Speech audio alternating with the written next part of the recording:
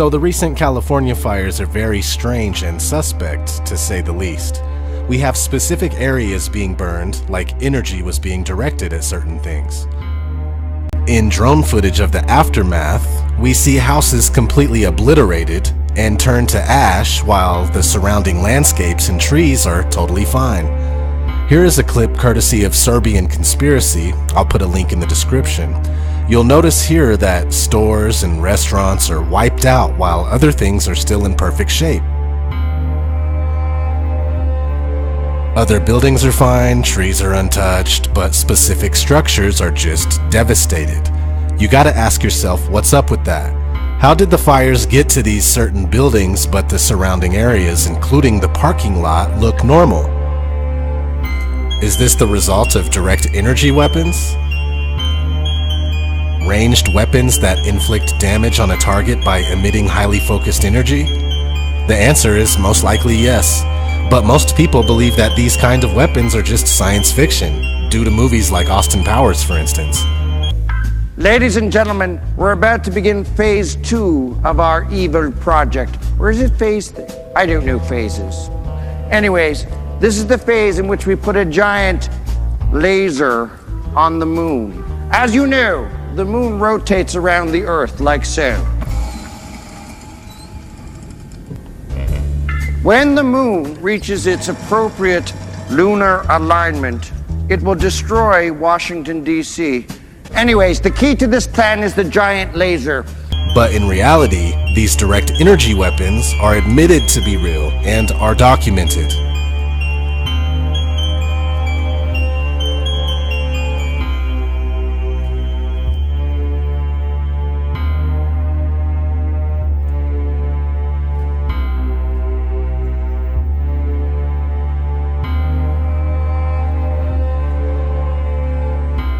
Scientists have been working on this top-secret project since 1974. This laser is capable of unleashing the power of the sun. Enough energy to light up every home in the U.S. or wipe out mankind. What we can do is focus this very high energy into a very small spot for a very short time. And when that happens, we get the conditions that are very much like inside our sun.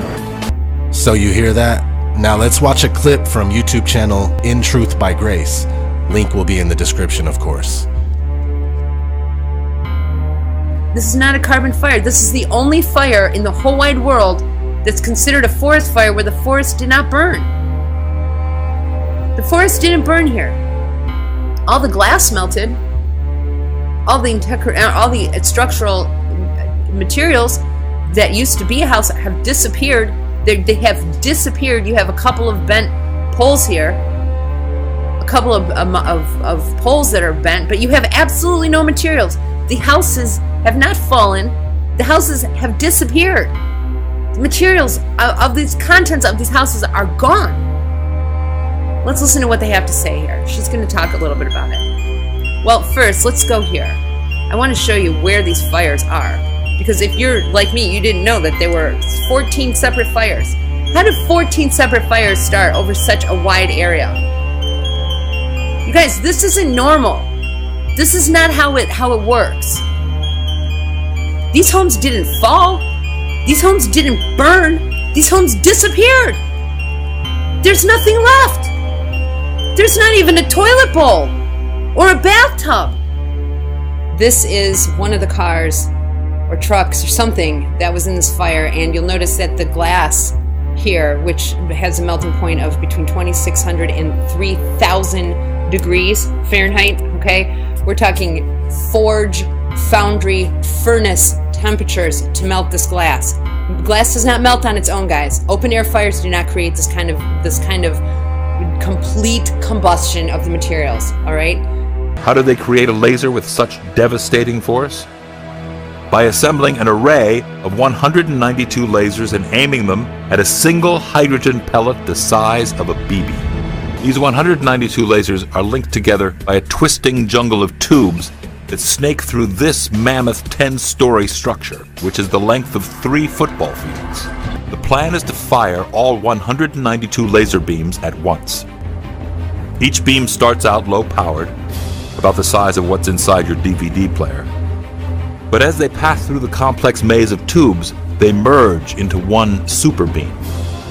This super beam fires 500 terawatts of power in 2 billionths of a second, roughly 500 times the entire peak power output of the United States. When that light strikes the hydrogen pellet, it cooks it to over 800 million degrees. The fact is, we are dealing with microwave weapon technology. How else would this tree catch on fire from the inside? A haunting but mesmerizing scene from the wildfires in Sonoma County. A man came across this tree burning from the inside out. Matthew McDermott was driving around looking for escape routes as multiple fires closed in on the area he was in. The tree appears to be hollowed out by embers and flames. Right? You could look this up. This is all over the news. Tree on fire from the inside. The only time that happens is when trees are struck by lightning, which in itself is a direct energy, right? This whole thing is all messed up. Hurricane after hurricane, which are also able to be created and controlled by man. And now this? And right on cue, we have the Geostorm movie coming out, which has some truth in it. We can control our weather.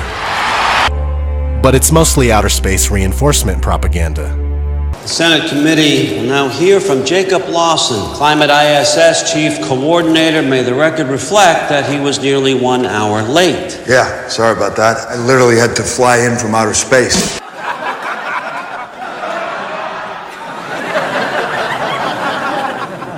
Are all these things a distraction from the Vegas incident?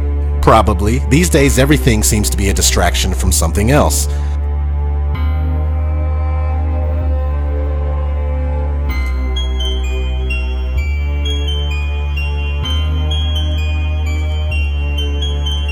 Anyway, I'll put some links for other channels that do a great job at covering these things.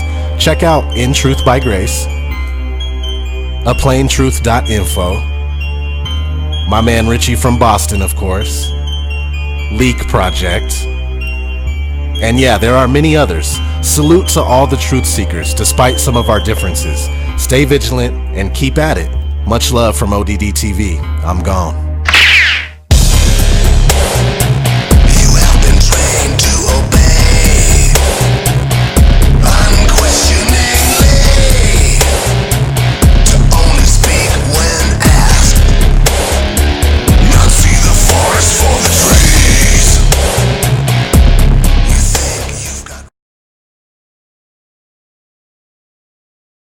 You're all going to die down here.